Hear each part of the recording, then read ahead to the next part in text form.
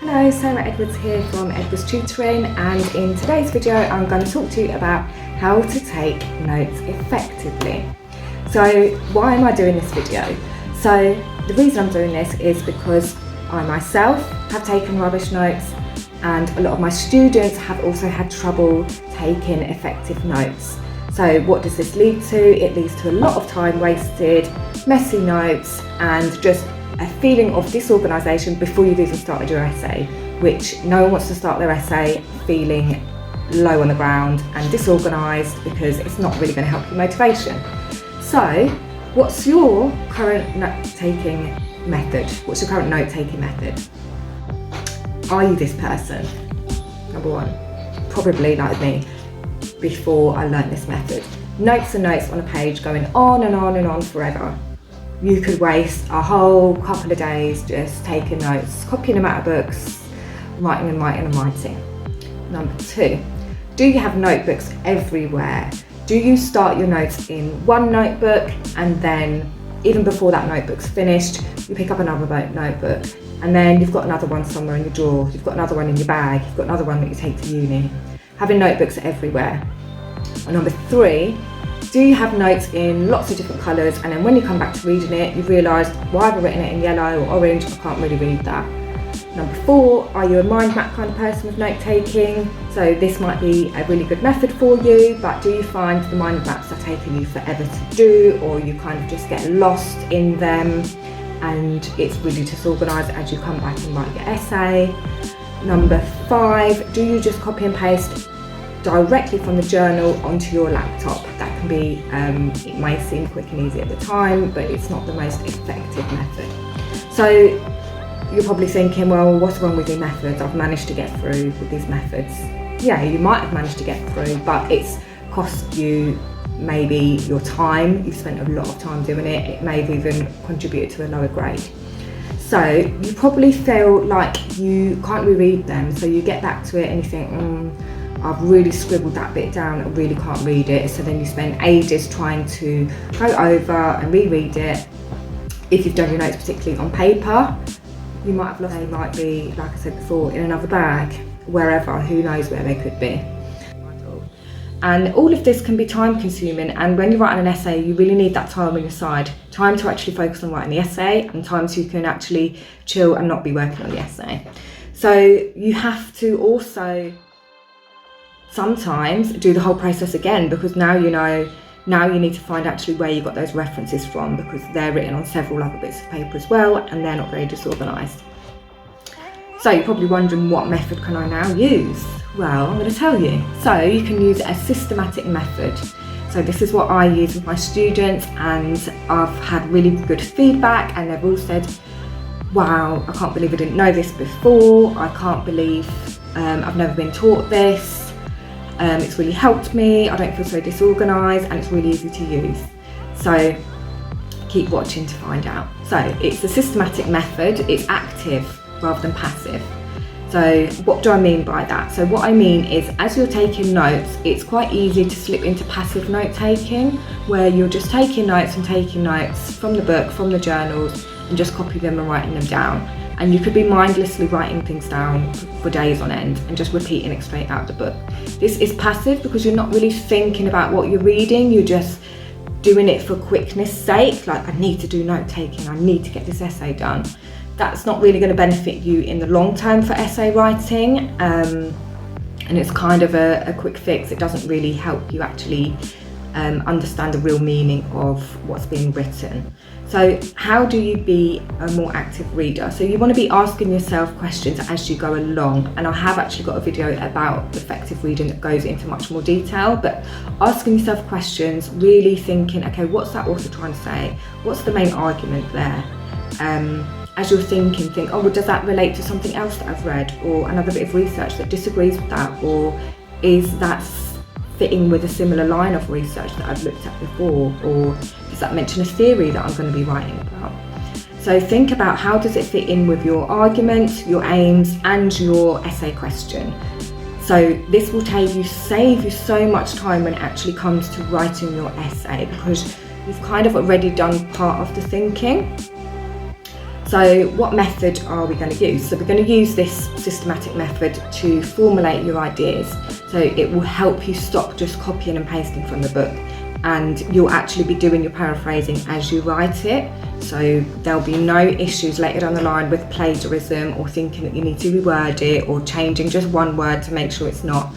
This will give you a proper method.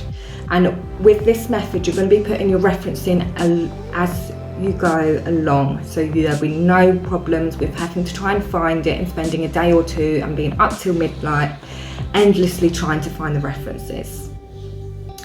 So why is this a good option? So what my students say and what I say when I've personally used it, it saves you time. So anything that saves you time when writing an essay is a good thing. Who wants to do a long-winded way that's just going to waste time? So it keeps you organised because you've got everything on one bit of paper, whether you're doing it on your laptop or whether you're doing it on paper, you've all got it in set columns and with the different areas. And it makes writing the essay easier because you're already thinking as you're note-taking. So you're already gathering all those thoughts for your arguments. So how do I do this?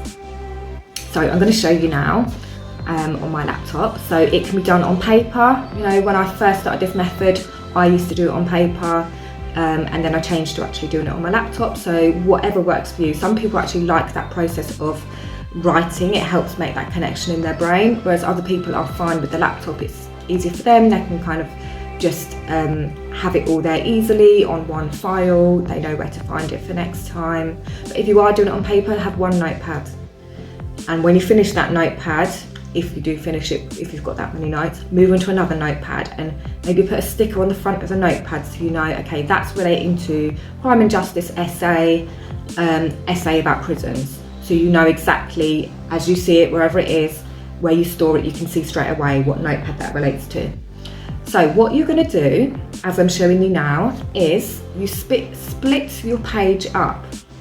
So you're going to split your page into 3 columns. So at the top of every page that you're doing, I want you to write your essay questions. That's any bit of note-taking paper, put your question there. And this helps you stay on point and not go off rambling off topic.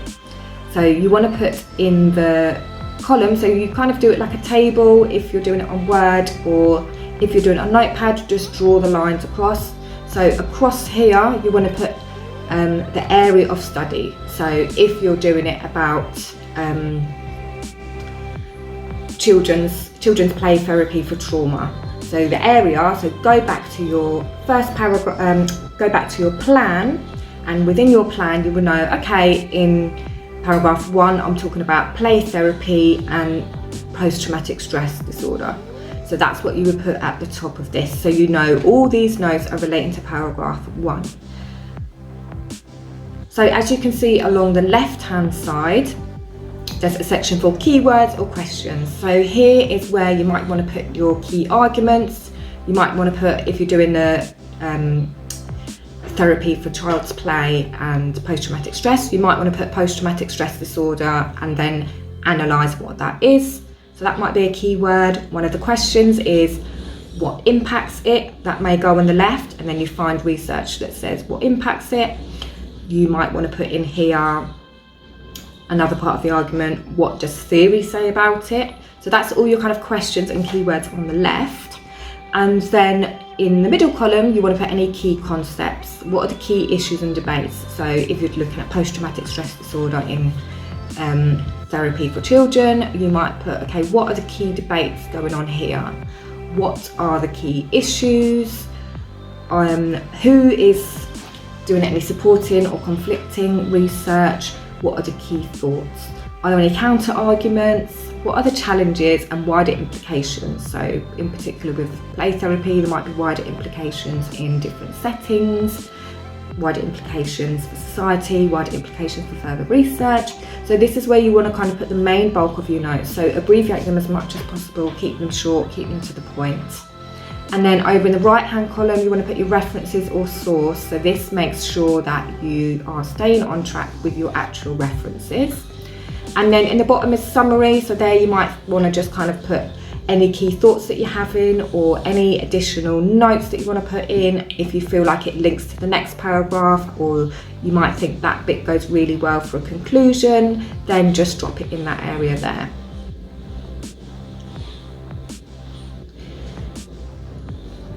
Okay, so just to finish, we're going to talk about why is it a good thing? So not why, but what will the outcome be? So it may take you a few times to actually get into the rhythm of doing it.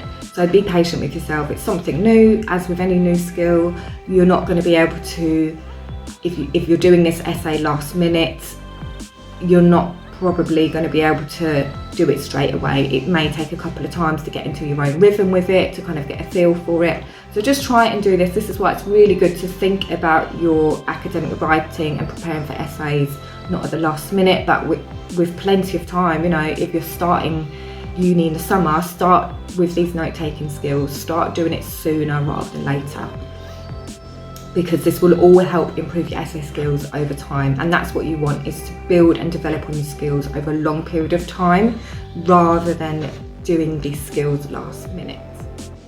So here's a summary for you, and I hope you enjoyed the video. Please like and share with anyone you think this will be beneficial for. And to find out more or book a free consultation, visit edwardstutoring.co.uk, where I will be able to have an in-depth consultation with you if you're looking for tutoring. Thanks a lot. Bye.